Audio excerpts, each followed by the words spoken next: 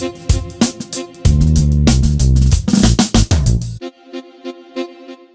evening, ladies and gentlemen. A warm welcome to you. This is our last evening of a public lecture for this semester. And I'm very happy to introduce to you Ruth Wodak, who actually needs no introduction in Vienna. But for me, it's a privilege and a pleasure because Ruth is a fellow at the Institute at the moment. And she's working on a project with us, which also flows into this evening's lecture on discourse and national identities, Austria 1995, 2005, 2015. And it's about the discursive construction of Austrian national identities, but also of national identities in general. Ruth Wodak is Emerita, Distinguished Professor of Discourse Studies at Lancaster University. She is also affiliated to the University of Vienna, where she has this project which I just mentioned, the discursive construction of Austrian national identity.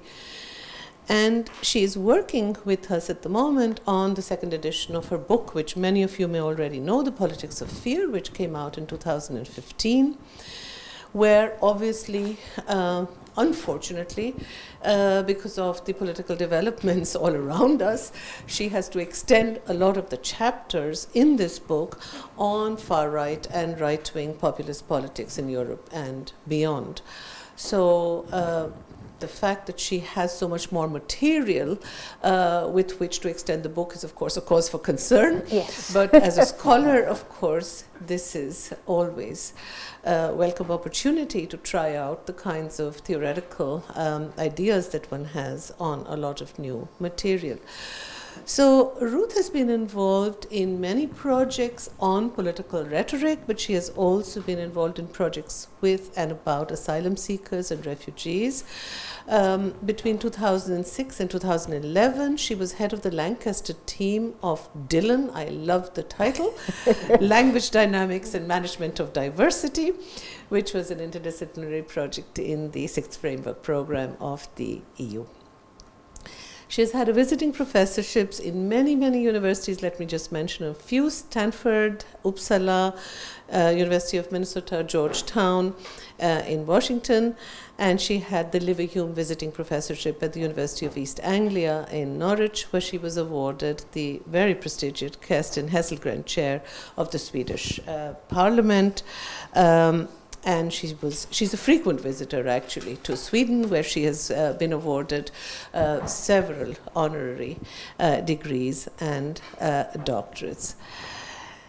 She's received numerous honors and awards. Let me just mention a couple which are, I think, important for sort of recognition of a lifetime's achievement. So in 2013, she became a member of the British Academy of Social Sciences, which is indeed a rare honor for somebody who's not British.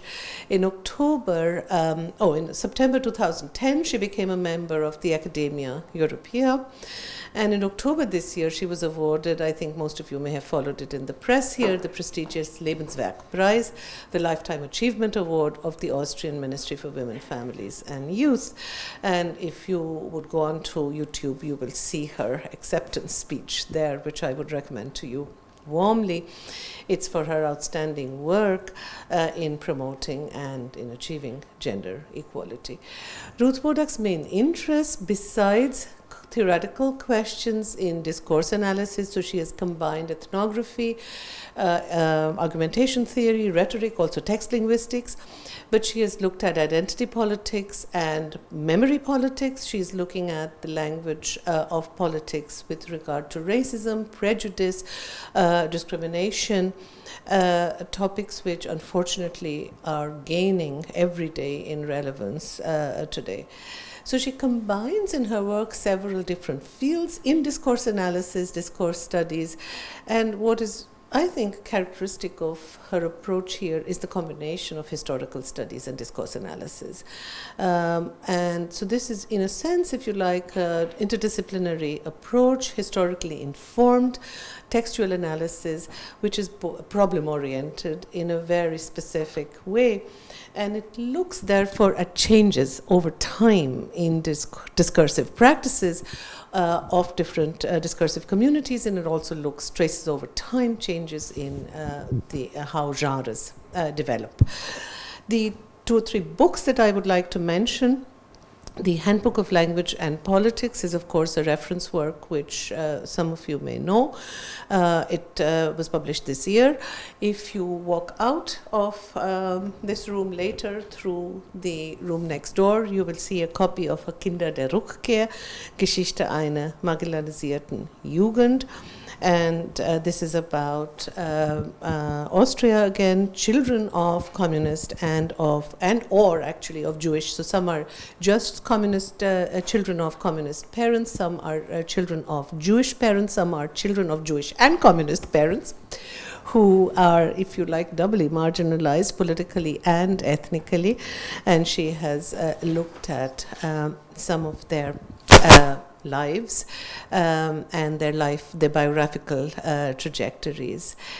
The Politics of Fear, the book that I just mentioned, it's been translated already into German, Politik mit der Angst, zur Wirkung rechtspopulistischer Diskurse, won the Austrian Book Prize in the category of Humanities and Social Sciences, and this is the book which she is extending, revising at the IWM. It looks at the micropolitics of populism, at the styles, the genres of communication, the kinds of images, texts, and the kinds of discourses which right-wing populist politics has used, and with palpable political consequences. So I would like to recommend the book very warmly to anyone interested in understanding politics of our times. The book before that is also one that I have used for my classes for teaching, and that is called The Discourse of Politics in Action, Politics as Usual. And it is looking at the everyday lives of politicians, looking sort of backstage at phenomena of, and helping one to understand actually why so much depoliticization, why so much disenchantment with politics. So let me stop there. I could name a few more titles, I could name a lot more awards, but what I would like to do is actually to give Ruth the word. Thank you very much for being with us and for accepting to speak this evening. Thank you. Wonderful. Thank you. And thank you very much, Shalini, for this warm welcome, and thank you for coming this evening. Although today it's warmer, yesterday it was cold. Everybody has problems with the weather, but nevertheless, I'm really happy to be here. It's a big honor, and I'm very grateful to be invited to be here at the IWM. I find this a wonderful site, specifically because it's so international and multilingual and interdisciplinary, and it gives so much opportunities for debate and for learning, which is something which I really am so happy about. So, as Shalini already said, I will be talking about Discourse and National Identities, Austria 1995, 2005, and 2015. I will explain in a minute why these dates, but I would like to start with one of my favorite quotes by Adorno: "Identity is the prototype of ideology," something we are actually noticing more and more nowadays. There's so much debate about identity politics, which identity, how do you define identity, who belongs where and why, and shouldn't or yes, so border crossing and multiple identities. And then again we have debates about identity is inflationary and is actually a floating sort of element and has no meaning. So in that way, I think Adorno has really caught it to the point by saying it's the prototype of ideology against any essentializing of the term. Identities are defined and redefined many times, we all do that all the time as well in our personal communication, but also nation states do that again and again, and this is why it's so important to realize that there is no fixed static identity, not of nations, not of individuals, not of collectives, and insofar I think Adorno has really stated that very nicely. So what I want to do today is, apart from some theoretical introductions, I want to talk about body and border politics. This is one dimension of our project, where I will which is longitudinal. We had 3 projects, 95, 2005, 2015, looking at the entire years of commemoration in Austria. All these years with 5 are very important because it's 45, 55, 95, and I will say more about all these dates. These years lend themselves to be investigated because in such commemorative events, politicians have to give presentations of where they come from, what is now, and where they will be going to. So there are always State of the Union kind of speeches which define hegemonic identities. And this is why those years make sense to be looked at, although we could take any year because these particular dates are always commemorative events, but specifically when there is this 5. So after saying something about body and border politics, I will talk about a case study where we looked at the mediatized crisis of 2015. You have already mentioned that I have a big interest in far-right politics. The so-called refugee crisis 2015 was instrumentalized enormously, not only in Austria but beyond. And as Ivan Krastev has said, it actually might lead to a breaking apart of the European Union. It is sort of the Dämmerung, the twilight of Europe. And in that way, we followed exactly, and this is the discourse-historical approach, how this so-called crisis was mediatized in Austria and what that actually had, what kind of consequences that had for Austrian politics, even nowadays. Nowadays didn't fall out of a blue sky or a dark sky, but actually developed, and I think not coincidentally from before that. Okay, so let me talk briefly about our 3 projects. We had these projects looking at commemorative events at these certain years. Why 5? 45, end of the war. So 55 was the Staatsvertrag, the state treaty, which defined Austria as liberated, because between 45 and 55, Austria was still occupied by the Allied forces. So 55, the last soldiers, American, British, French, and Soviet soldiers left. Austria was the only country where they left 55, because in Germany they stayed much longer. And there was still the Cold War, as we all know. Then there is another important date, 95, Austria accesses the European Union. So we have these 5 number 5s, which are very important. And of course, in between, we have many other dates which are always commemorated: the liberation of the concentration camp Mauthausen, the liberation of Auschwitz, etc. So all these commemorative events follow each other in this year, and especially this year, actually 2018 was also such a big commemorative year because of 100 years of the end of World War I. So we have these 3 projects, and what we can do is now have a longitudinal perspective of 20 years of how Austrian identities, and I'm taking the plural here, have developed and changed. Throughout these various genres of speeches, group discussions, we looked at a massive amount of data.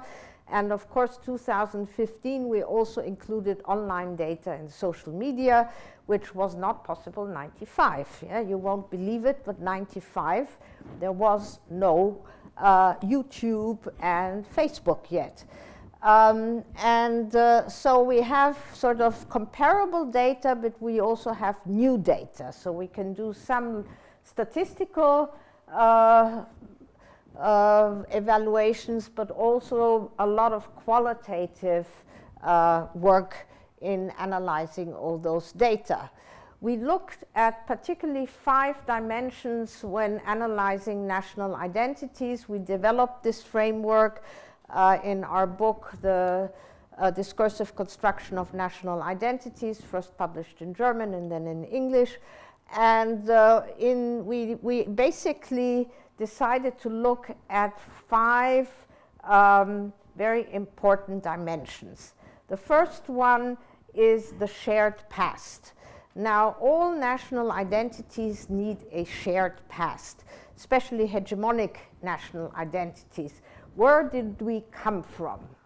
And of course, mythical myths develop, sagas develop, some old victories somewhere, or old defeats, or marriages between emperors, or something is important in the past. And this is where then this nation building starts. The second very important dimension is present and future. This is the way politicians then define where are we right now, what is good, what is bad, and where do we go from here. And this is very typical rhetorically in all these speeches about national identities, and when you commemorate something, what was done wrong in the past, what will we do much better, and so forth. The shared culture is extraordinarily important in our work on Austria, because that is really a very sensitive dimension. After 1945, Austria tried to distinguish itself very much from Germany. So Germany was guilty, yeah, and Austria was the first victim. So I cannot now go into all that, but I'm happy to discuss this later on. But the Allied forces basically allowed Austria to define itself as the first victim of Nazi Germany, although they also stated that Austria had responsibility. Yeah, so that's the second part of the Moscow Declaration from 1943. But this second part is rarely mentioned. But nevertheless, it exists. But the first victim of Nazi Germany is the overall framework, basically until 1986, until the Waldheim affair, which basically shook Austria very much. And so the shared culture and language is a dimension where Austria is very much trying to be distinct from Germany. And so very soon after 1945, Austria developed its own dictionary of Austrian German, das Österreichische Wörterbuch, which has a new edition every year and which is different from German German. And so there's Austrian poets, Austrian authors, German authors. And then there's the question of Austrian German and High German German. Yeah? And so there is a lot of trying to distinguish oneself from this neighbor, which is very similar to big neighbor, small neighbor conflicts which you have in the US, Canada, or elsewhere. And then, most importantly, the question of who's the typical Austrian. We have an expression in German, der echte Österreicher, the true Austrian, yeah, where you can imagine usually in lederhosen or dirndl or something like that. But basically, it's about who belongs to us and who doesn't. Now, you can either define this by citizenship, which would be the state nation, or you can define it culturally, which is by language, culture, looks, certain characteristics which are ascribed and attributed to Austrians, like they're so gemütlich, yeah, or other stereotypes. Anyway, this real Austrian is a very important feature of far-right discussions, because it's always about who belongs to us and who doesn't. And finally, and that's what I will be talking mainly about, what we call the national body. That's the territory. Every identity construction also needs a body, yeah, territory, a site, and that's where borders come into play.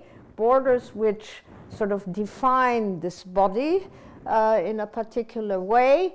And these body and border politics manifest themselves in very different ways, 95, 2005, and 2015, which is what I want to illustrate today. So if we briefly look at a map of the Austrian-Hungarian monarchy, which due to people coming from very different countries, I thought that might be quite interesting. Nowadays, Austria is this tiny thing over here, yeah? Sort of what was then called 1918, sort of this leftover small nation. And at that time, you see here the Czech Republic, you see Slovakia, Hungary, Romania, and Bosnia-Herzegovina, Croatia, Slovenia, and so forth. So all the successor countries of the monarchy. And we still have debates now, I mean, especially the far right, about South Tyrol. They still would like that back, yeah? And they're discussing the borders of South Tyrol. And of course, these borders here, Austria was at the most eastern point of the so-called Iron Curtain, which only was pulled down, as you all know, 1989. And this is what I still want to show you, looking at pictures of borders. There are a zillion, and everybody can find lots of them, and Luke showed some in his talk. But this is one of the most famous pictures with Alois Mock, who was then foreign minister, cutting through the barbed wire to Hungary. And now we have those borders again. But at that time, it was this salient symbol of finally having no wires and fences between sort of West and Eastern Europe. And what do we see now, 2015 and 16? I just pulled out a few pictures, for we have an archive of pictures and documents. We see here the border to the south. That's where the refugees came over Slovenia to Styria. That is Spielfeld, where there was one incident where there were so many refugees that they pulled down the fence, which was then described in the media as terrorism, riot, very dangerous, and so forth. But as you see, there were thousands of people coming over the Balkan route. That means they landed in Greece, then came over Serbia, Macedonia, Croatia, Slovenia, to Austria, and then from Austria to Germany and Sweden. Yeah, so that was kind of the usual route, because other countries didn't take in refugees, or very few. This is now the eastern border, Nickelsdorf, where the refugees came in 2016. And that was the place where the famous Merkel utterance, "Wir schaffen das," these borders were opened, yeah? And here the refugees from Keleti station in Budapest marched on foot with children and frequently barefooted with little plastic bags over the border, and then they were put into trains and brought to Vienna and then further on. And all of us, or all the Austrians here, remember that, because mostly all of us, I think, went to the various train stations and brought food and clothes and whatever. And this was an enormous effort of civil society to help these refugees. And actually, Austria had 90,000 applicants, asylum seekers, in Austria 2015. Without civil society, they wouldn't have been able to manage. But now what you see is borders and fences. There are no refugees coming now, but we have wonderful border management which costs enormous amounts of money. And here is just a picture from Bild-Zeitung, German tabloid, similar to Kronenzeitung in Austria, where the conflict about the Brenner, the pass leading to Italy, is shown, because once the Balkan route was closed, refugees came over Italy and wanted to cross that border, and that really became an international conflict, because Austrians, suddenly the government decided they might even take tanks there and sort of close that border, whereas this border is a symbol of the EU and of open borders and Schengen. So basically, to define borders in various ways, because it's really an interdisciplinary concept, and I know that Luisa and Luke and many others and Shalini have worked about that. I think this quote integrates all these various perspectives well. Deschênes says, variously invoked as a geographic term for delineating territories, a political expression of national sovereignty, a juridical marker of citizen status, and an ideological trope for defining terms of inclusion and exclusion. That means identity work. The border circulates as a robust spatial metaphor in the public vernacular. So it's very much always about belonging, opening borders, closing borders, and so forth. So the questions which we tried to answer in our longitudinal study are: how have Austrian border and body politics changed since 1995? How can we trace that over in this 20 years? And how do changing border and body politics interact with the construction of national identities, of defining who we are and who we are not? And the we means the real Austrians, yeah, those whatever, how they can be defined. So just to give you a notion, a short notion of how sociolinguistics and discourse studies actually look at border and body politics, because as far as I know, I'm the only sociolinguist in the IWM right now. So what we do, and there's a lot of research, and of course ethnography and anthropology and linguistic anthropology plays into what we do. Borders are discursive constructions, so they are very much material but also discursive. They're imagined, and people also carry borders with them when they integrate or try to integrate, because you always feel and are perceived as being the same or different. So even if you have citizenship, you still can carry borders in yourself. A second big strand of research looks at narratives of border crossing, of construction of borders, of when the borders fell, 1989, what that meant. So we have a lot of research looking at narratives of individuals, how they have experienced borders. There are many images. And we also have very interesting research on othering processes on both sides of the borders. That means if there are, for example, certain cities like Königsberg, yeah, which used to belong to one country, then now are split and belong to two countries, and people now belong to two countries who basically lived in the same city and belong to one country. What has changed in their perceptions? There is a seminal study by Meinhof and Galashinsky about that. I think it's really one of the most innovative works which have been done at that time, and there's a lot of follow-up.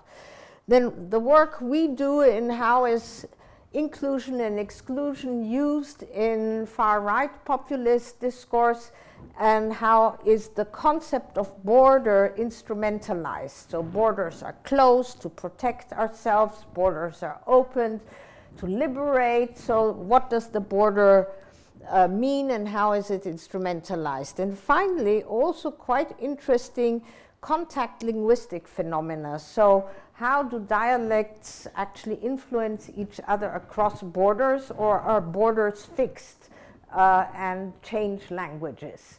So there is also a very sort of dialectological aspect involved.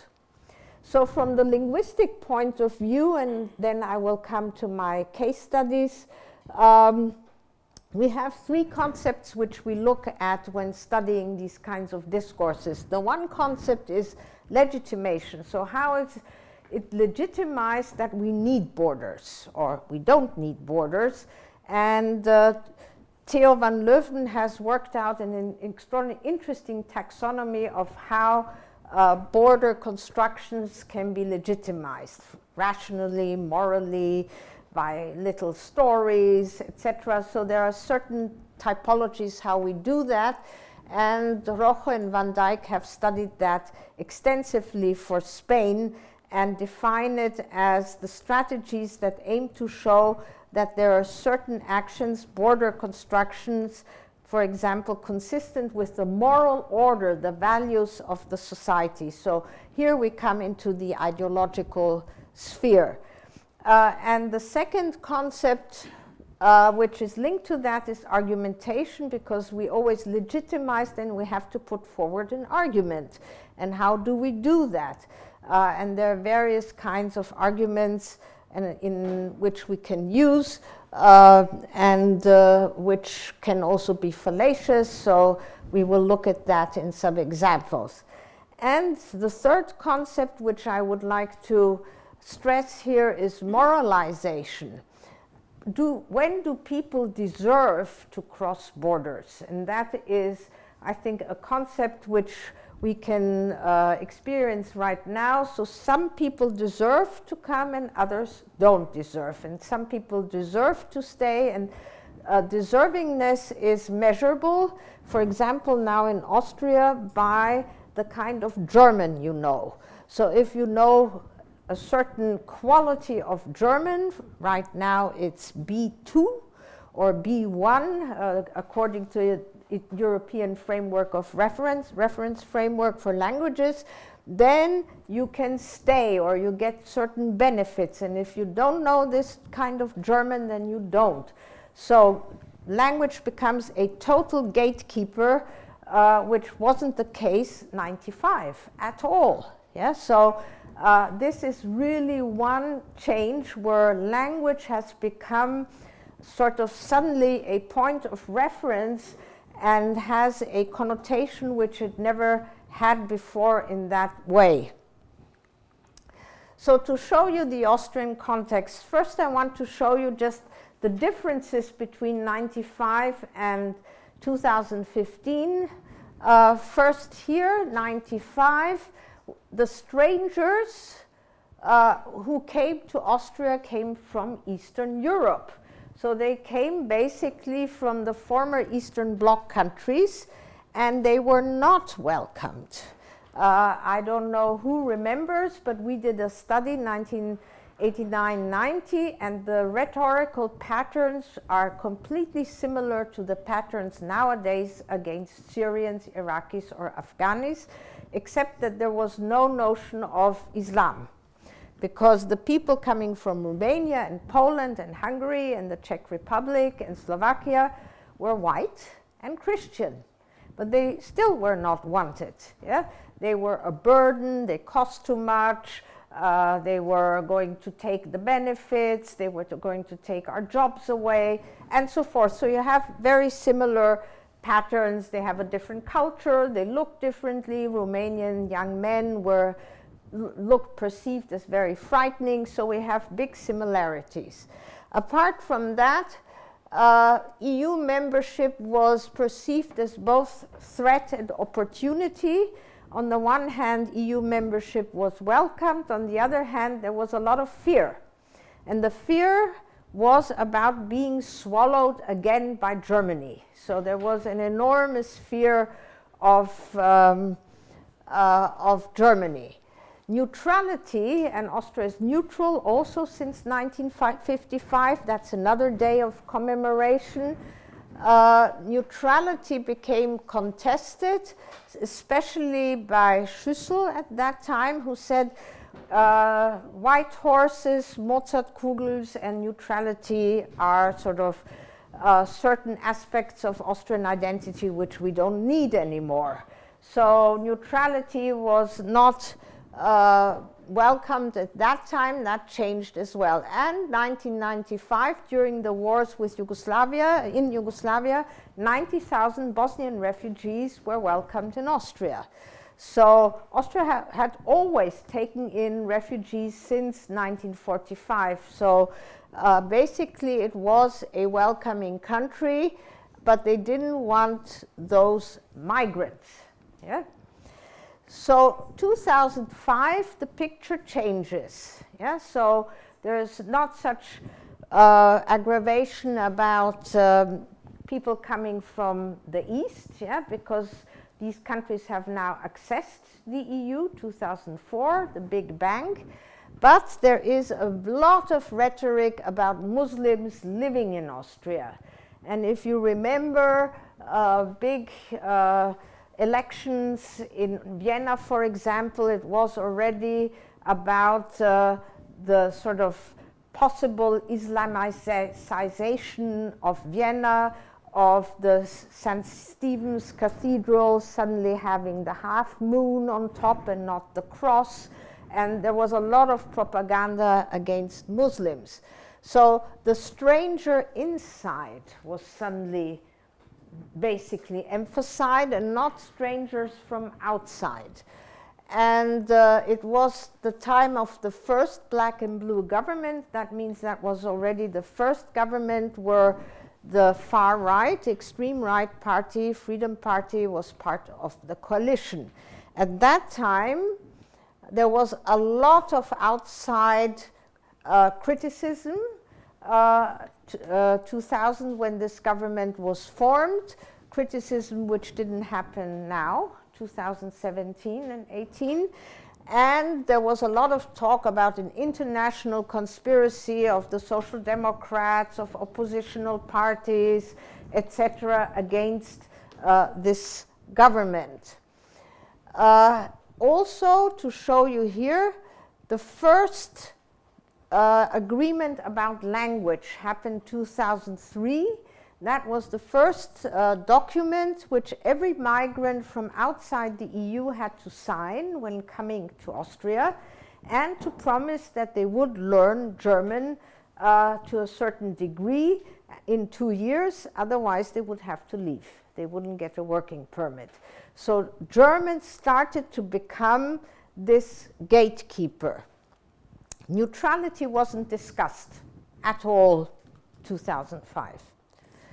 So what about 2015? Now we suddenly have refugees. So they're not EU migrants, they're refugees. And by the way, just about the German learning, EU migrants don't have to learn German. Yeah? Just people coming from outside of the EU. That means even people working in hospitals, looking after patients, nurses, etc., if they come from EU countries, they don't have to learn German. If a plumber comes from, I don't know, Somalia or from the United States or something, they have to learn German. Yeah? So there is basically very little logic in relation to professions or necessities, yeah, of a job. So here we have the refugee crisis, and this is then perceived as a total threat. Yeah?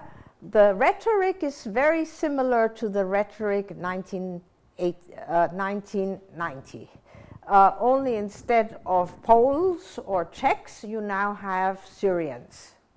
And except that those were migrants and those are refugees. But that concept changes, and basically what the media then do, and also the politics does, is to talk about illegal migrants. Now that is a concept which doesn't make sense at all, because if you are an asylum seeker and you come, you're not illegal, yeah, because you try and get asylum status. If you are declined and you stay in the country, even if you could return to a safe country of origin, not Afghanistan or somewhere where there's a war, only then you're an illegal migrant. But the term illegal migrant is being used for anybody now who's a stranger, except if you come as a rich tourist. Yeah? But otherwise, you're an illegal migrant, and the government right now in its government program doesn't even have the term refugee anymore. So if we now look at our case study, which we looked at over the entire year or parts of the year, we started with our discourse-historical, very in-depth systematic study from August 1st to January to March 2016, when the Balkan route was closed. We looked at all context levels, EU, nation states, regions, and what is most important, we looked at the struggle over meanings with two concepts. And the concepts are border and fence on the one hand, so the debate about can we open borders or do we have to construct a fence? And the second one was the maximum limit, the benchmark of how many asylum seekers we Austria, could take in. That became a struggle over words, which actually meant a struggle over different ideological positions. And that is where our methodology really was able to show what that means. Now, this looks very complicated, but it's not, but just so that you can see.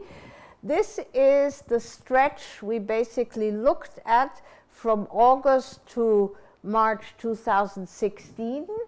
And this is what we call a discourse strand, where there was a specific discourse centered just on these debates about borders and maximum limits, Obergrenze. This is the entire year where many things were celebrated, the EU membership, then if you remember the big Auschwitz commemoration, where all heads of states assembled in Auschwitz. There was a big celebration of the State Treaty, commemoration of the liberation of the concentration camp Mauthausen, and so forth. So these were the usual events which we had looked at also in our other projects. But then things started to happen which we hadn't designed. The project sort of got a life of its own, and it took off when suddenly 71 refugees were found dead close to Vienna in Pandorf. They were suffocated in a truck. And at that point, everybody knew that the refugees had actually arrived in Central Europe. Because before, it was Italy and Greece, yeah, and many people didn't care.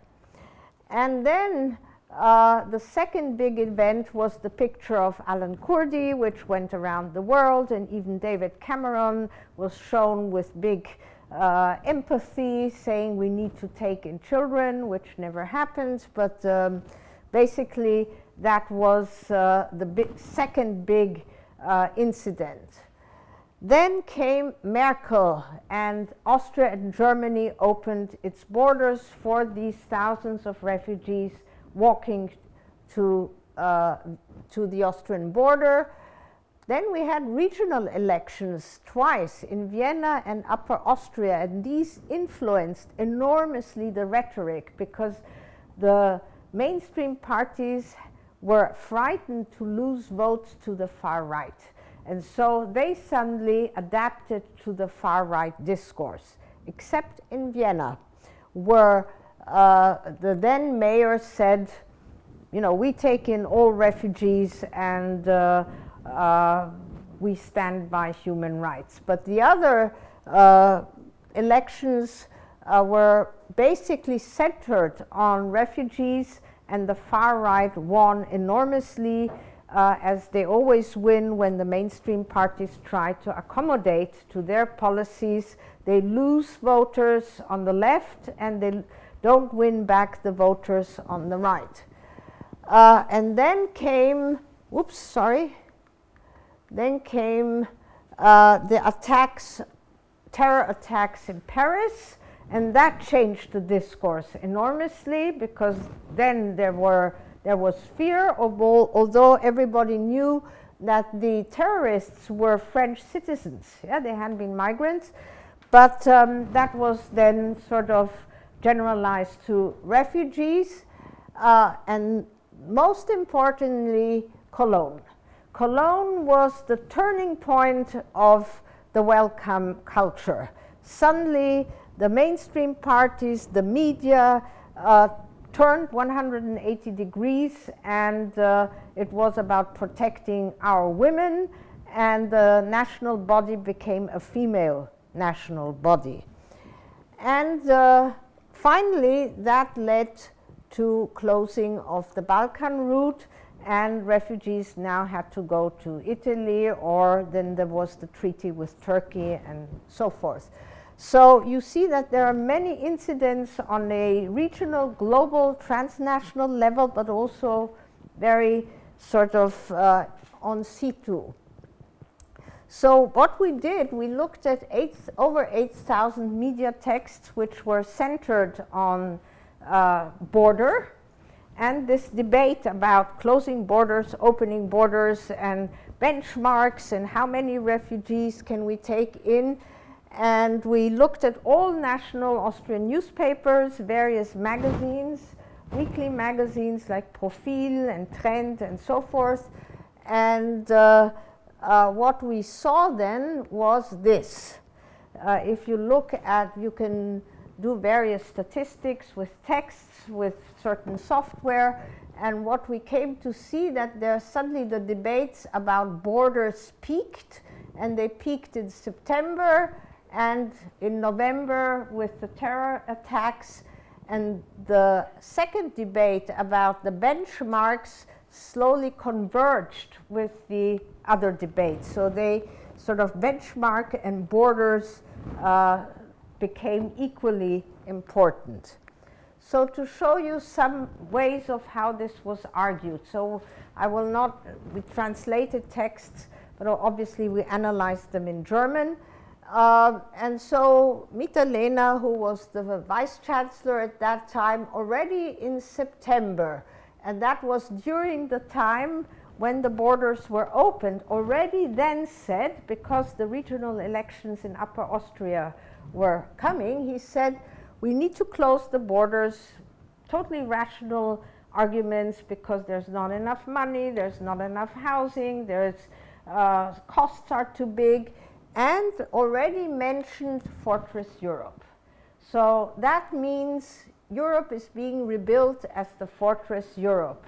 And that was the first mentioning in the Austrian debate by mainstream party, or ÖVP. Relatively soon afterwards, the then Minister of Interior Affairs, Mikl Leitner, also ÖVP, she's now regional governor of Lower Austria, said, of course, the border management system will include a fence. There's nothing bad about a fence. So it became moralized. Yeah, it already values were attached. So a fence is good or a bad, and there's a question, for whom is it good, for whom is it bad, but that's not talked about. And there was a counter discourse by the Social Democratic Party, where former Chancellor Faymann said, I do not want a Europe of fence building competitions. So you really had two positions.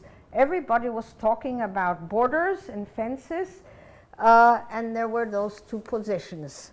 There was even very moralized arguments by Faymann, where he criticized Orban enormously, and there was an international diplomatic conflict between Hungary and Austria at that time, because Faymann said, above all, it is unacceptable that refugees are coming from Hungary in fear, panic, starving, and partly traumatized. When trains that are meant to lead to freedom are suddenly diverted into camps, then I'm reminded of dark times in our history. So there was this topos of history, the analogy comparison with Nazi times, and Feynman made a big point of the difference between Hungary and Austria, between Orban and the Austrian government. And then he also recalled, and that is an argument which we frequently find, that the West acted differently to people coming from Eastern Bloc countries, which they seem to have forgotten now. We acted differently during the Hungarian crisis, meant is 1956, of course, and put little red, white, red flags on the border to take away the fear of the people who were fleeing to Austria. And if you remember, you probably know at that time about 150,000 Hungarians came to Austria in 1956 and were able to stay or went on to other countries. So that was a big humanitarian argument, and we really had two positions very clear. So if we looked at all the frequencies in all these texts about border, and this is a so-called word cloud, which you could construct with software out of the text mining, and the bigger the orthography and more bold, the more frequent these concepts appear. And you see that the concept of border, Grenze, was most frequent in all these debates. And then many composita with border. So there was suddenly border protection, border employees, border police, border controls, border this, border that. It was such an abundance of concepts which we had never talked about before. Yeah, they suddenly appeared, especially border management and border control became salient concepts. And they had never been part of the discussion beforehand, whereas one didn't talk about the neighboring regions at all. It was all about transgressing borders and sort of the two sides of the borders and a possible opening. Yeah? So if we look at the second concept, which we analyzed in much detail, that was Obergrenze, setting a maximum limit or a benchmark. And there the debate was an absolute maximum limit or sort of almost about. Yeah? We could have a kind of maximum limit, but if there are 2 more or 10 more, it doesn't matter. And again, these were ideological positionings. So we had, on the one hand, again, humanitarian counter-discourse, then President Fischer, who said one cannot reduce a fundamental human right to a specific number, and then say everyone beyond that number is out of luck. And there are certain treaties and conventions which Austria has signed long ago, or also former secretary of the Social Democrats who said there's no upper limit on humanitarianism. So there was a strong discourse on the left, yeah, in the Green Party anyway, but also on the mainstream party. And on the other hand, we had more and more reporting about Orban. So there was still this conflict, but after the terror attacks in Hungary that became in Paris, that became more and more mainstream, and this was suddenly connected to culture. So we had a shift in the discourse from rational sort of control, management, bureaucratic procedures, and so forth, to culturalization. And so suddenly we have our lifestyle built upon respect for the laws in danger. Hungary and all of Europe are in danger. And that became the construction of fear in respect to people who are different. Yeah, different culture, different religion, different language, etc. But not only Orban, also Austrian politicians started saying that, and Kohl, who then stood as presidential candidate for the ÖVP, said the Austrian lifestyle could get lost, the Austrian culture, economic and social order, and that speaks to the Judeo-Christian sort of ideology and sort of Europe is white, Christian, etc. And finally, one quote which was quoted in the Austrian newspapers a lot from Christmas of old days, 2015, where Orban said, according to available surveys, the large majority of immigrants will be left-wing voters. And now we come to see the symbolic politics. So it's not about culture, it's very much about power, yeah, and fear of losing power, because Orban says we must clearly understand that the person who has come from Islam will not vote for a Christian-based party, which is Fidesz, yeah, or any mainstream right-wing party. The traditional political balance of our continent will be overturned. So the fear was that if these people come, they will vote more left-wing, which obviously there is A, no evidence for that, B, they will not be allowed to vote until they have citizenship, which takes a long, long, long time. But that was sort of the construction of fear about the others and about losing power, yeah? So it was not about the headscarf or whatever, it was very much power politics. So to conclude this part, we can really see that there is a frame shift between what we see 2015. From early 2015 and especially in August, where people were really pitying those people. There was a lot of empathy for these poor refugees, especially after the truck, yeah, the 71 suffocated refugees. And so in the media reporting, migrants and refugees were associated with hardship, hunger, poverty, fleeing, and so forth. And that changed. In July already, they were also associated with riots, violence, and fraud, because there were not enough tents, and there was a lot of debate about who would take in refugees and where. Yeah? However, after the open borders, they became associated with criminality, victims of smugglers, and ungrateful. And there were extraordinarily many stories about refugees who had been given something to eat and they threw it away or something, no evidence, yeah, but sort of they are ungrateful. We are so nice to them and they don't want that, they don't thank us. In November, the association with terrorism is reinforced, and in January and February, then it is rape, criminality, and assault, and that is where the whole sort of atmosphere and the opinions change. And the Social Democrats, who were in majority and also had the chancellor, gave in to these requests of closing the Balkan route. So to conclude, what we can see when looking at 1995, 2005 till 2015, we see three different threat scenarios. Yeah? First, the people coming from the east, yeah, the migrants who are strangers will take our jobs away and so forth, but they also look different and they will disturb tourism and so forth. And it's all very interesting always if you remember that they were part of the monarchy, these countries, and that Austria sells the monarchy wonderfully in tourism, yeah, you know, with Sissi films and whatnot.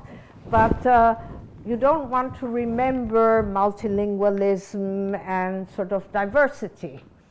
So we have 95, then 2005 we suddenly have the stranger within, that's Muslims, and then we have the stranger coming from outside again, but this time they're refugees and Muslims. And in that way you have a constant construction of fear which kind of directs the entire political discourse to the right. Yeah?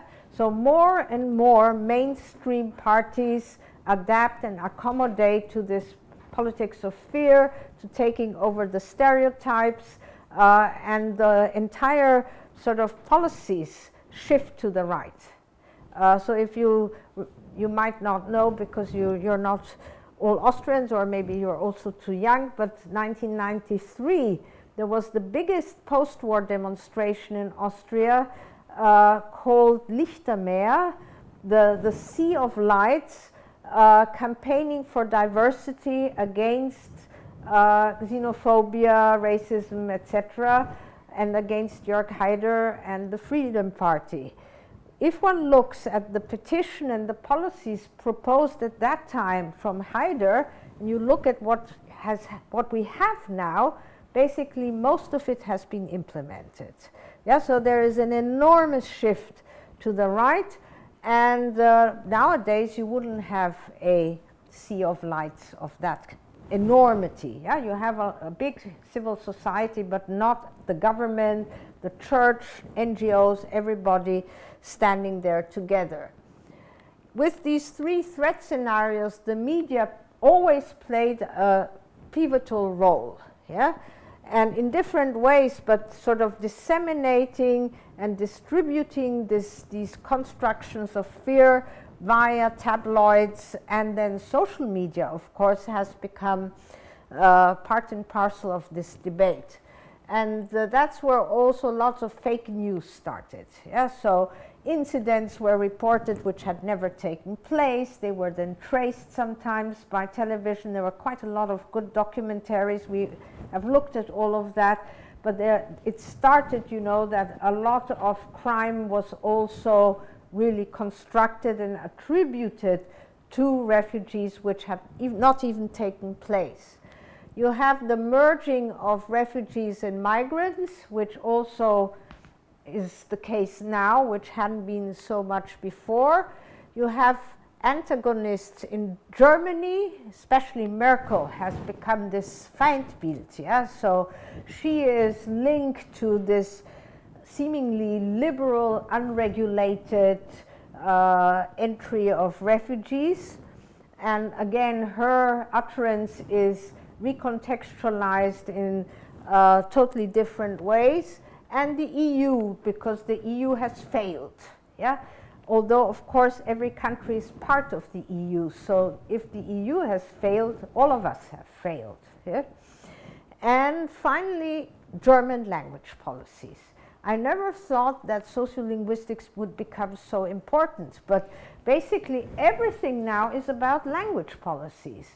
And German, yeah, and you have to know this kind of German, and now you also have to know, you could know English, but you have to know very good English to get the benefits. C1 English, which is almost some kind of, you know, big TOEFL standard. But German B2 is already high school German.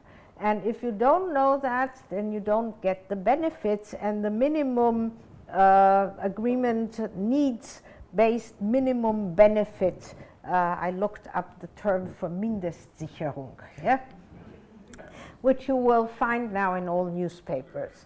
So suddenly this gatekeeper role of language has become enormous, and the problem is in Europe, in all EU countries, language is a gatekeeper. It's not just an Austrian idea, but it's different. And only Denmark and Austria have these very strict policies. Sweden has no language test up to now when you enter. It's the only EU country which doesn't have that test. And then different amounts of hours and different payments. And so in Austria, you have 200 hours. In Germany, you have, I think, 700 hours, plus if you haven't reached it. In Sweden, you have 4 times 5 hours a week as long as you want. So there are very different measures. But basically, language, and of course, you should know language when you live somewhere.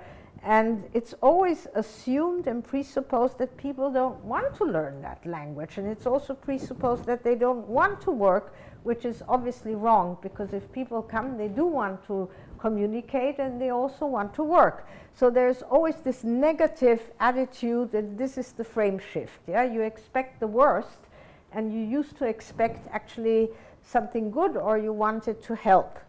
So if I summarize now, and I call that driving on the right, which obviously we do on the continent, but it seems to be all more and more to the right, we see that the more nationalization we get, the more actually globalized the problems are. So it seems to be such a contradiction between trying to be national and closing the borders, and at the same time you have globalized media, you have globalized communication, everything is cross-border.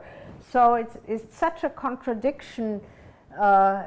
You see that the struggle about words manifests huge ideological struggles and is just condensed into words. We see more and more moralization of borders, the discussion about who deserves to come or not, and finally the culturalization of exclusion. So basically socioeconomic political issues are covered up by symbolic politics, and it's about headscarves and burqas and German and I don't know what, but basically it's about socioeconomic issues and power plays. So to finish, this is what I would like. A very different kind of border. This is a picture made by a Turkish artist. Both Georg and I think this is one of the most telling pictures, because it's sort of a very different way of constructing borders. And possibly, and maybe it would be nice that at one possible time in the future we experience borders differently again. Thank you very much.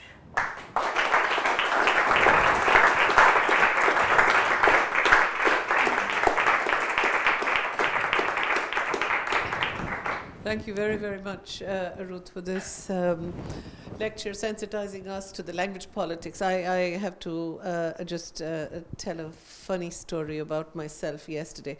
I had to go and get a Visumsverlängerung. I had to, it's called Aufenthaltstitelverlängerung. I had to get my extension of my stay permit here. So I've been here 4 years. And yesterday they said to me, after a half-an-hour conversation with this lady at the MA35, she said, ich brauche einen Nachweis, dass Sie Deutsch können. So she needed to have a piece of paper, and I said, I don't have one. And she said, but then we can't extend your permit to stay because you cannot prove that you have any German. And I said, but we've just been speaking German for the last 35 minutes. And she said, yes, but that doesn't prove anything.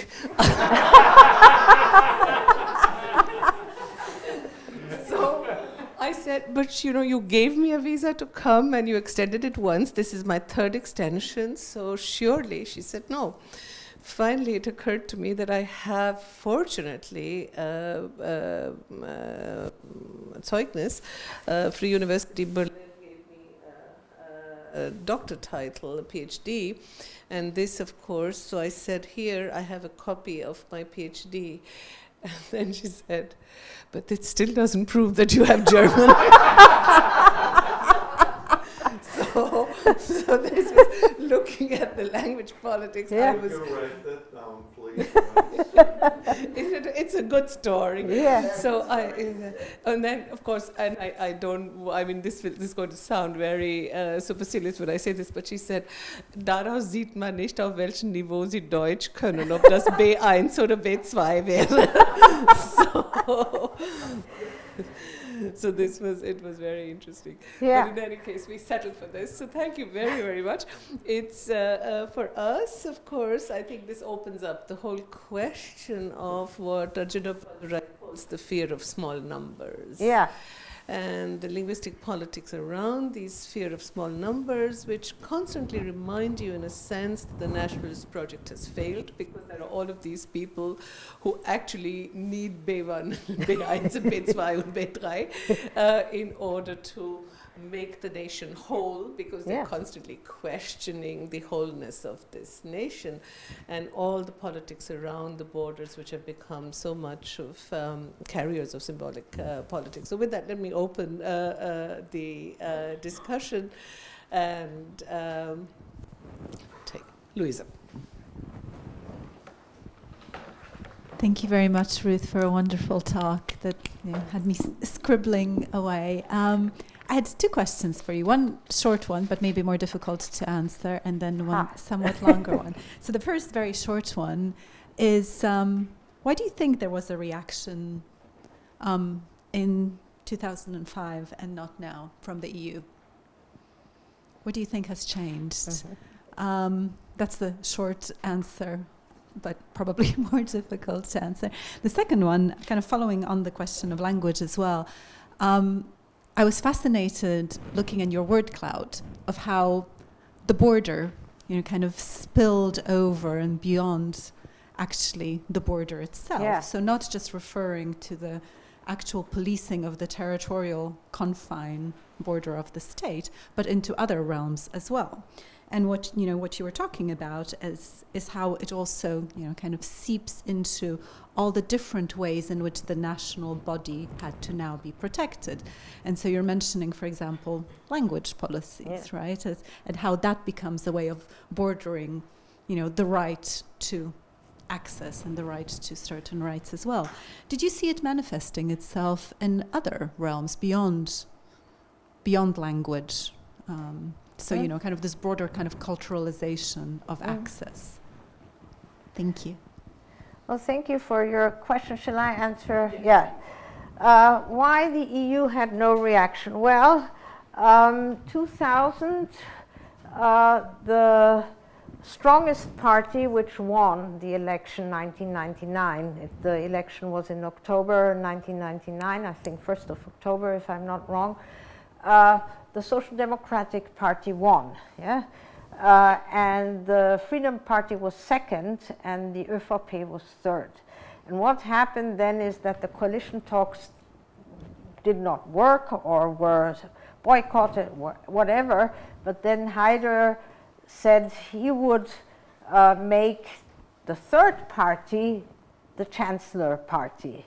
And so the weakest of the three became the Chancellor Party with the support of the Freedom Party.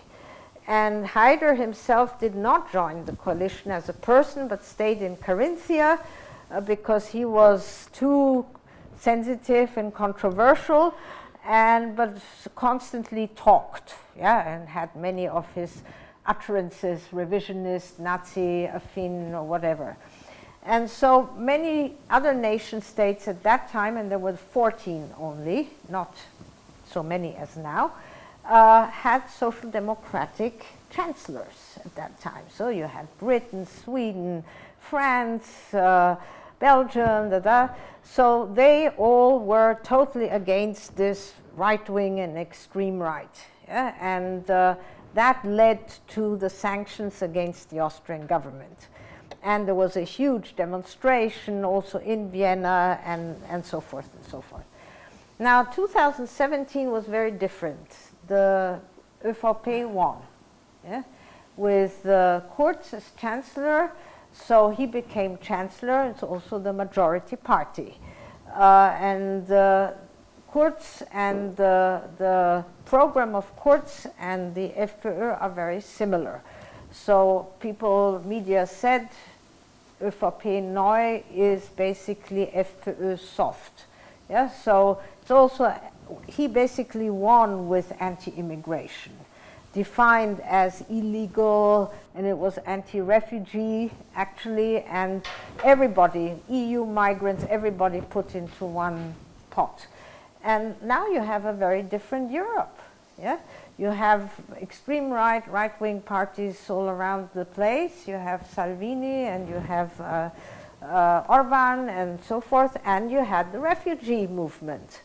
So the entire climate and atmosphere changed, and if you promised to solve these issues, yeah, you would win.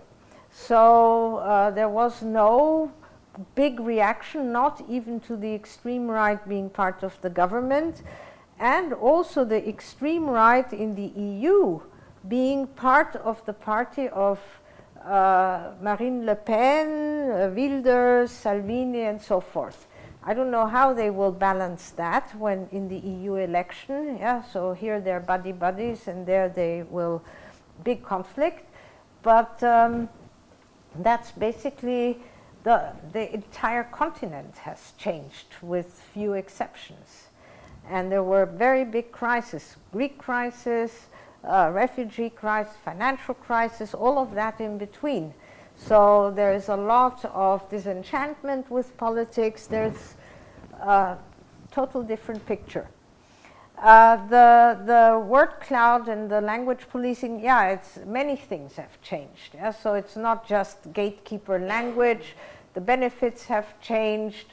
The housing possibilities have changed. So this kind of policing and disciplining has reached very many different fields.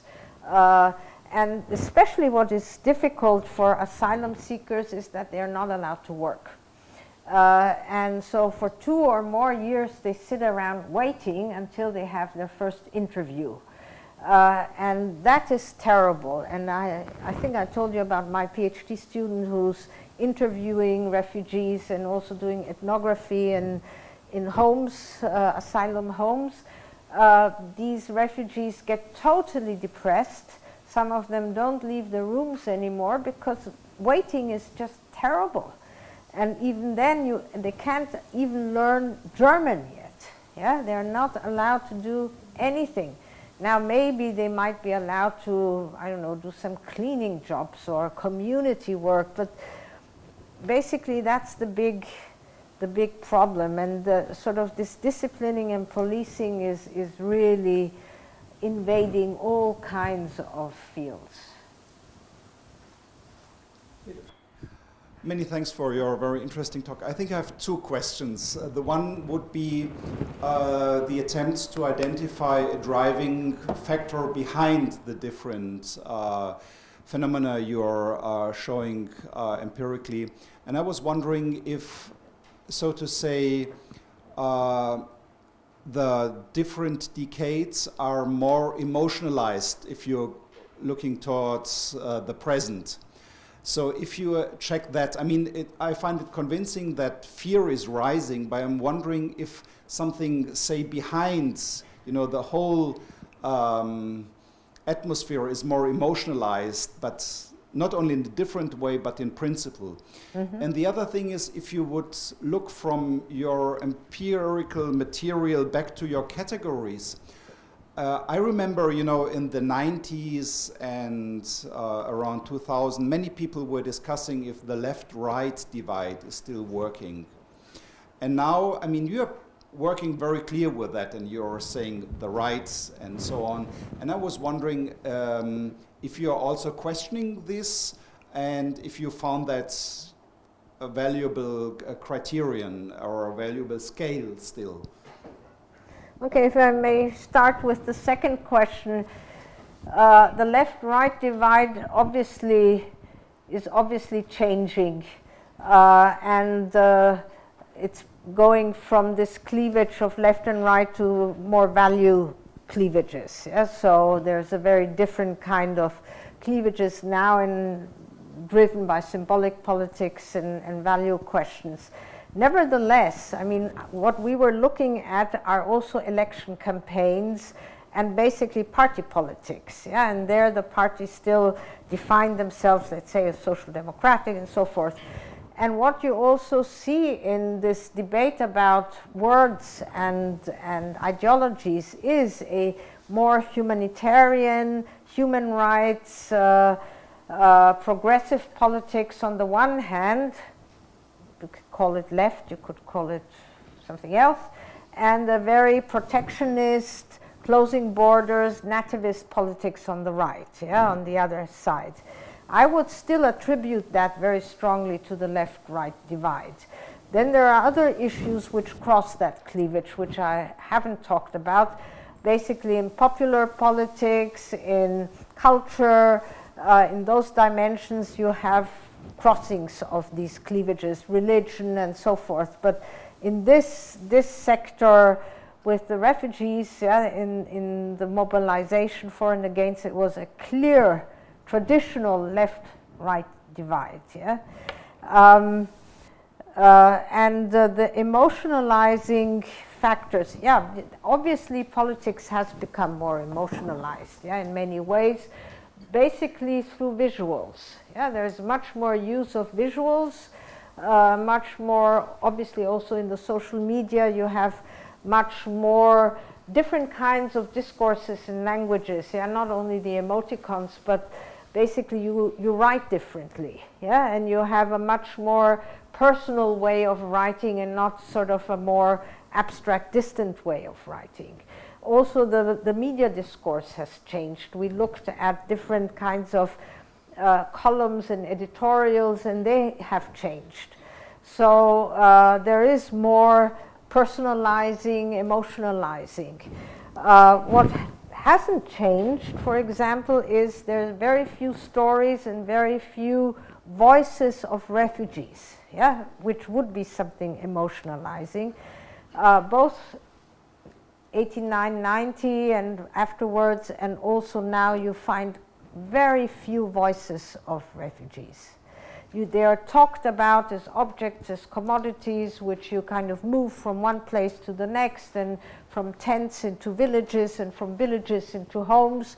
They're sort of counted, and they're numbers, but they're not people. And they might be waves, and all these nature catastrophes and metaphors, but they're not human beings. And we found that already earlier in our About Strangers. Whereas with the refugees 56, 68, when they came from Hungary or the Czechoslovakia, there were lots of voices, people telling their stories, why they fled communism and so forth. So there's really a shift in the way people are talked about. And there's a total cleavage and gap between the experiences of the refugees and their narratives, which we have, and also my student is documenting, and the way they're talked about, and it's two worlds, It's sort of, it's just they're not, you don't find those people in the way they're reported about. Thanks so much, Ruth. It was an amazing combination of theoretical insight and empirical weight, and so thank you so much for the lecture. My question is about, I feel that you might have just touched upon an answer to it, but I'll ask it in a slightly different way. I'm really interested in this question of framing effect that the far right used, and how you traced that through 2015, and it elicited this massive shift that was instrumentalized by them and favorable to them. And trying to think about these questions positively, I'm asking myself, how do you get the positive framing shift? So, hypothetically speaking, if there was another referendum in Britain on EU membership in the future, what would your advice be to those of us that want a different result in how you would go about achieving a framing effect shift on immigration? And the other thing that occurred to me related to that is that in the UK, and I think in other European countries, we have seen a big framing effect shift in, say, how austerity is discussed, a massive one that stretches across the political spectrum and also encompasses attitudes to public goods and social services and public ownership, a really big shift in the last 2 or 3 years. And that might demonstrate that these things can change and there's positives there. On the other hand, I feel, looking at it, that migration politics is so difficult and so visceral that it's much harder to do in relation to it than it is on, say, socio-economic bread and butter issues?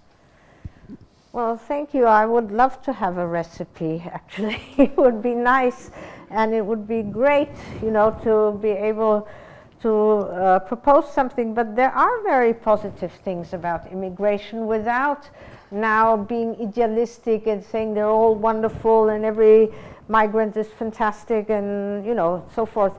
But you can show not only success stories, which is one thing you frequently hear. So there is this one migrant who made it to manager or so forth. I don't think that really shifts the opinion. But if you can show that without migrant labor, and in Britain it's also about the EU migrants. There's this total merging of EU migrants from outside of the EU, and any stranger, and refugees, and everybody here. If you can show that hospitals would collapse without migrants, health system would collapse because there were no dentists, and I'm having lived in Lancaster for 12 years, and my experiences with dentists are multiple, and I could tell many stories about trying to find dentists who have various skills and so forth, not even to talk about academia and the contribution of various international academics, but just in really important fields which matter. Then I think you could find a very positive shift, because people don't want to wait so long in hospitals, and they want to be treated well. And the same is true with schools, with really institutions which are close to everyday life to everybody, and with workers. I mean, we talked about that. The propaganda never talked about labor laws and gender equality and anti-discrimination laws. I mean, there are good things to the EU. There are also many not so good things, but these are really positive things. There was no campaign containing labor laws, and many other conventions which are so important. So basically it was about economics and the loss of possible deals and whatnot, and human rights on a very abstract level, the court and so forth, but it wasn't about what affects people in everyday life. So if I would campaign, I would stress that very strongly. Not only for the elites. Thank you very much. I stand up because I am so much here in the back for this great presentation. You mentioned this notion of culturalized border. And when I heard this, I thought that, is there any border which is not culturalized? After all, they are dividing different political and cultural communities. They need to be justified. They need to be legitimized some way. So why this border is located here? So I wonder whether a non-culturalized border exists. And when I was thinking on this, I realized that there was some borders which were not cultural borders, the Iron Curtain. So it was not a cultural border, it was a global border, so to say, because there were two great powers, the United States, the free world, plus the Soviet Union, the second world. So it was a global political border. And maybe there are different types of borders which can be considered, that if there is a danger for a global war, then there are global borders. When it disappears, then naturally there are suddenly several new national borders.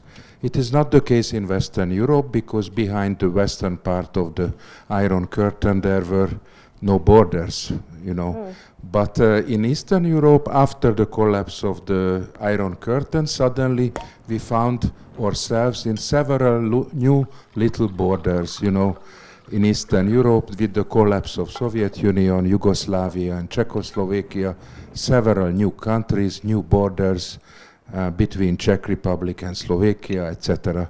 So I want to learn your reaction whether the different layers of borders can make any sense, because if Orban is talking about defending the Christian Europe, he wants to make a new, larger cultural unit, a larger culturalized borders. But there are still the nation-state culturalized borders. So I wish to learn your reaction about this. Well, thank you. That's a very interesting question. And I guess you're right that every border is also cultural in some ways. But I think that the borders between nation states are political, yeah, because it's about different citizenships and different rights and duties, different governments in whatever nation state you live, and then different socialization institutions and etc., different schools, yeah, whatever. Of course, the cultural dimension then comes into it, because you have different literature classes in Austria than in Germany. So even if they're quite close, they try most to distinguish themselves from each other. So you have histories as well. Yeah, that's why the histories come into it so strongly. And you have conventions and traditions. But basically the state borders are political, and they have also been formed through treaties, yeah? Not only the Cold War and the post-war solutions, but also after World War I, after various treaties, etc. They are always political decisions. And that's why I actually showed this map of the monarchy, yeah? Because you see how political decisions after World War I and then World War II actually formed those various countries which we now know. And even then you still have the sort of distinction of Slovakia and the Czech Republic. Yeah? So these are very late sort of new borders. So there are political reasons, and you know, the difference between the Hungarians on this side of Burgenland and the Hungarians in Győr is probably minimal, yeah? But they're different governments and duties and rights, and so they're very big actually now in Orban, Hungary, and still now in Austria, even though they are all Hungarians or speak practically the same language. So I think borders can be culturalized, but basically what we know as nation states and borders are very strongly political and developed historically due to various wars, victories, treaties, conventions, etc. So that would be my first answer, and my opinion is that they are then being culturalized. Yeah? They're legitimized as being rightly there because they defend this Judeo-Christian white Europe or whatever. Yeah, I guess India is not very different. Yeah, with Pakistan, where you have these strong border relations. But we can continue talking about that. Well, my name is Ruina Möhring, and I'm a migrant, and I don't speak the Austrian language. From a very neighboring country. Yeah. Yeah. But I don't speak the Austrian German perfectly, not at all. So I don't know, it's neither B2 nor B1, you know, because I'm speaking German. Anyhow, so I wonder, you mentioned the behavior and the attitude of the Austrians in '56 when the first Hungarian refugees came, and then the others from Czechia and from other countries of the Soviet Union near to Austria. Well, I wonder whether the Austrians have been so helpful. For several reasons, because first one, it was the time of the Cold War, so Austria was a free Western country and the others have been oppressed in the Soviet Union. Secondly, because all these people, or refugees, once their countries belonged to Austria. and it was the Austrian-Hungarian Empire, and the Austrians felt, but we are the next generation or the rest of Austria, and now they come back to us, so we like them, we try to like them. They didn't like them very much, but anyhow. And I think that was very important as well in this time when the refugees came to Austria. Secondly, and so I come to our days, the religious question is getting more and more important. You mentioned Orban, who said, well, we have to save the Christian religion, more or less. And I remember that in the beginning of the Syrian civil war, I think it was the former Minister for Foreign Affairs, now the Chancellor, who said, well, we are ready to take Syrian refugees if in case they are Christian. So he differentiated between Muslims and Christians. And that was the beginning of the aggressivity against Muslims. And now you could say, well, Muslims and all the others, religion, or well, people who believe in other religions are enemies in a certain way. And they are dangerous, and they could spoil our Christian culture and civilization. And I think that's very, very dangerous too. And that's all mixed up in this animosity against non-Christian people. No, I agree. I mean, first what you said about, I have to take the microphone. What you said about sort of the development, obviously the former refugees, 1956, 1968, 1981, yeah? Also Solidarność refugees. They were taken in because they were oppressed by communism and the sort of anti-Stalinist communism that was huge, so you helped them. Yeah? Yes, because they were neighbors. But the interesting thing is once the Iron Curtain fell and the same people came, they were not liked. They were still from Hungary, Czechoslovakia, Poland, and Romania, and etc. And nobody wanted them. Yeah, the trade unions didn't want them, and the far right didn't want them. Yeah, trade unions didn't want them because of cheap jobs.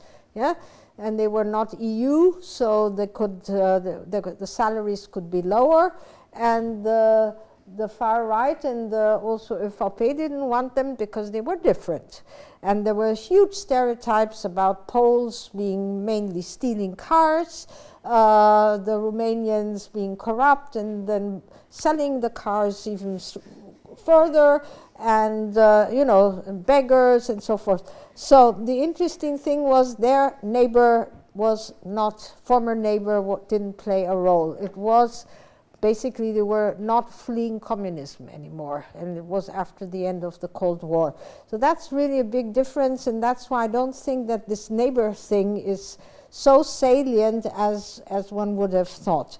And you know, they did help the Bosnians, who were many of them Muslims. Yeah, so I think it's not that clear cut. You're right about these Christian refugees. It was actually even before that, even Molterer already said, oh, we can take in 500 Christian Syrians. Only if they're Christian, yeah? Not others. And so this issue of these are kind of closer to us, or at least they are somehow culturally similar, is very, very important. And it's also important to say that frequently anti-Semitism goes together with this xenophobia and anti-Muslim. So it's not as if anti-Muslim would have substituted anti-Semitism. In many of the countries, they go together. So it's basically against others than us Christian. Yeah? So that's basically, I think, what I would say. It's more that Kurz then took even a more cynical stance. So his aggressiveness against the NGOs, against the so-called smugglers, who are sometimes really taking a lot of money, but without smugglers, refugees would never get anywhere. I have a very ambivalent stance towards this concept of smugglers, because if you think about who helped people get out 1938, of course they were smugglers. Who could get you over the Pyrenees or over the borders? They were always smugglers. They were not maybe taking so much money, but refugees always need people who help, and frequently those people take money of some kind. So I think that's also a concept to think about. From Eastern Germany to Western Germany. Yeah, of course. Without help. Thank you very much for your very rich account of the Austrian language policy that has been adopted. And it made me think about differences and similarities in Germany. And I have a small collection of neologisms that have been invented in the context of the refugee crisis. And the oldest and most significant in its consequences is the term of Leitkultur or lead culture, which actually was first used by a former student of mine from the late 60s, who is now professor of political science at the University of Göttingen, and he comes from Syria, Bassam Tibi. But it was later picked up by Christian Democrats mostly, who have made, also in the context of the citizenship law reform of 2000 and 2005 in Germany, they have made often quite desperate attempts to find out what the German Leitkultur is, the lead culture, with very little success. One of the ironies of these attempts is that well, there are two elements: the legal order and the German language.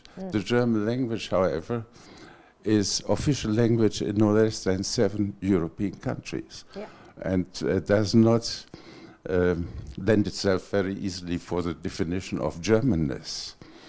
And instead you have, and they're desperate attempts, and they, the most recent one focuses on one thing, namely German Leitkultur is the habit of shaking hands for greeting, which is adopted for the clear purpose to violate one Muslim norm.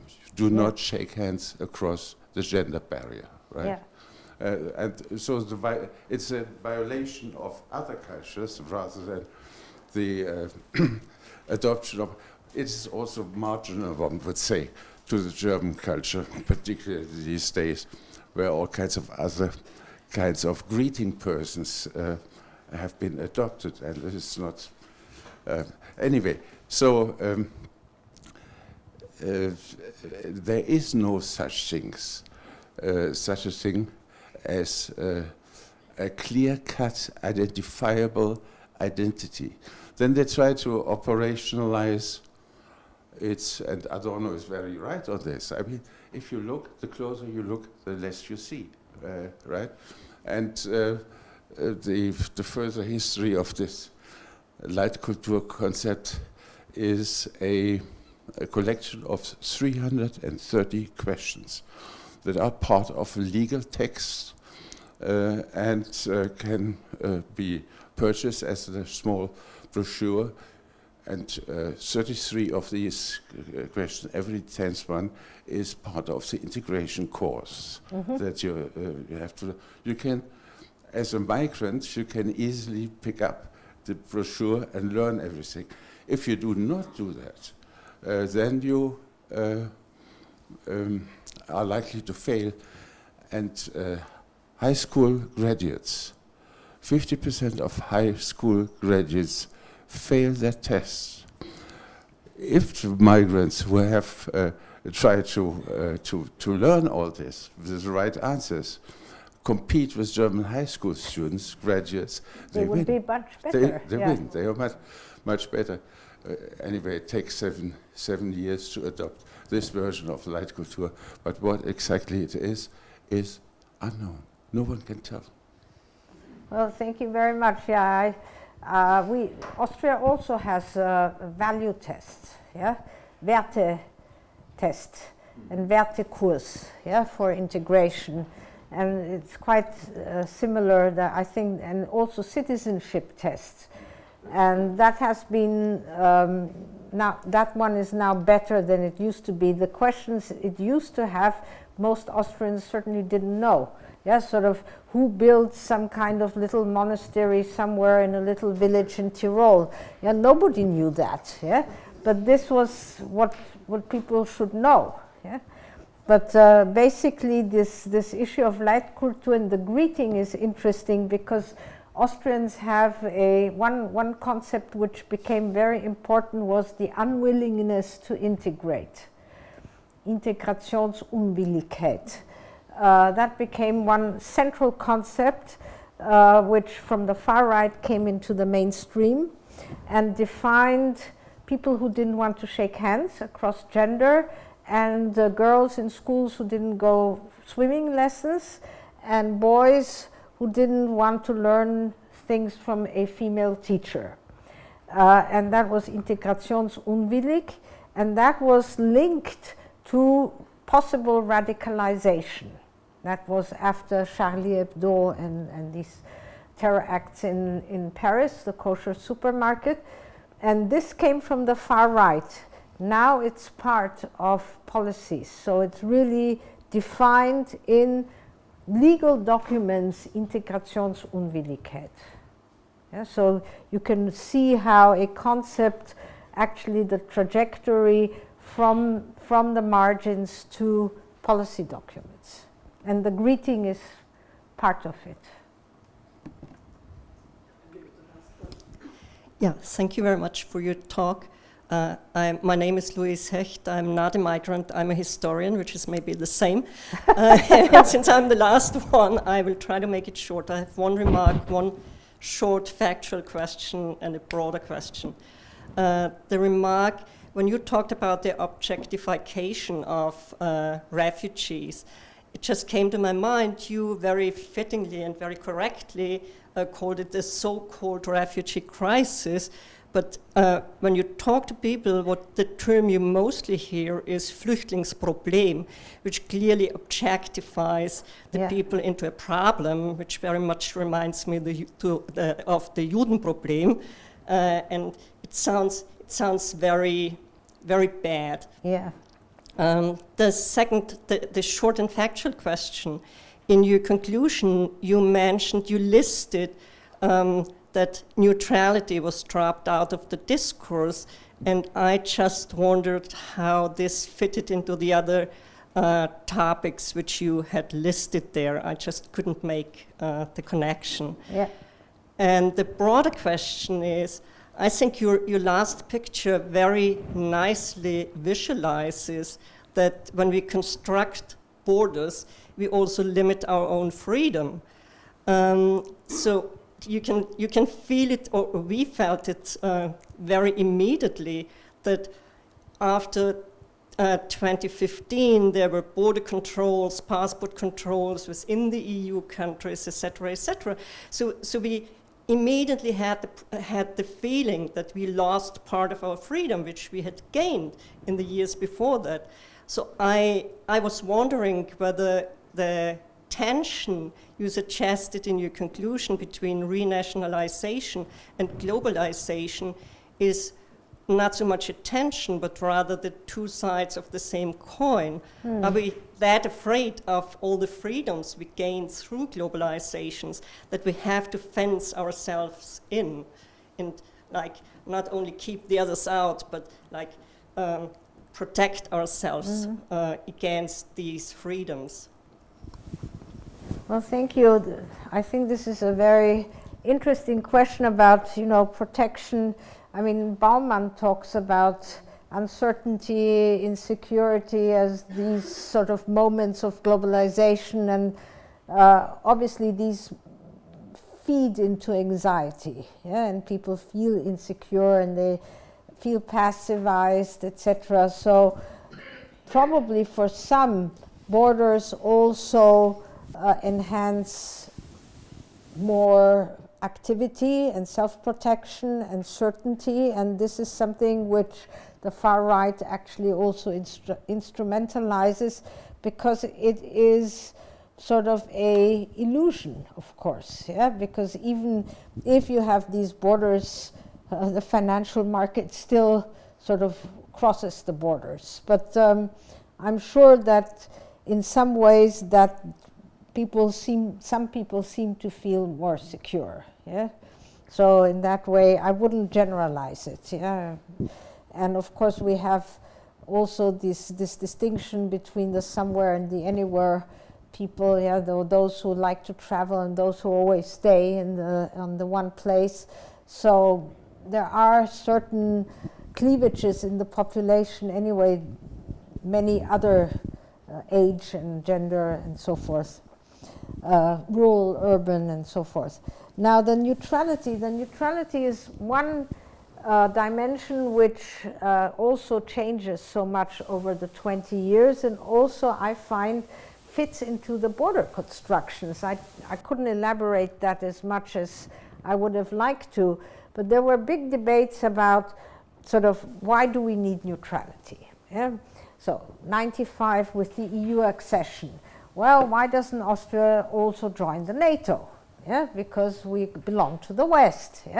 Actually, there were also debates in Hungary about that, and we did a comparative study about those debates in Hungary and in Austria. Then the Austrians thought, okay, but this neutrality is part of the state treaty. So if we actually join the NATO, then we somehow it's something against the state treaty. The Russians could be angry, so you can't really do that because we have to stay neutral. So what does that mean for the border constructions? So I think there is a very clear dimension of how it fits into territory, where you align yourself, with whom you align yourself, who you let in, where do you belong? Does it still belong to Austrian identity in that strong way that you are autonomous, like Finland and Sweden and Ireland, or not? But it's on a different level. I agree that it doesn't come into the refugee question that much.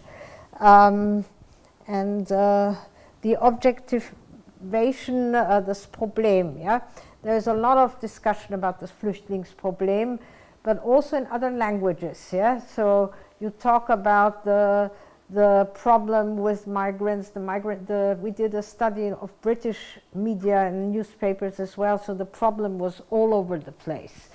Of course, in German you can associate the Nazi jargon, and then also how do we solve that problem? It's not. The association in other languages is not that strong, but it's also a way of objectifying them. Of course, they're a problem. They're objects. Thank you. Thank you so much, Ruth, for this wide-ranging lecture, which has generated such a wonderful discussion.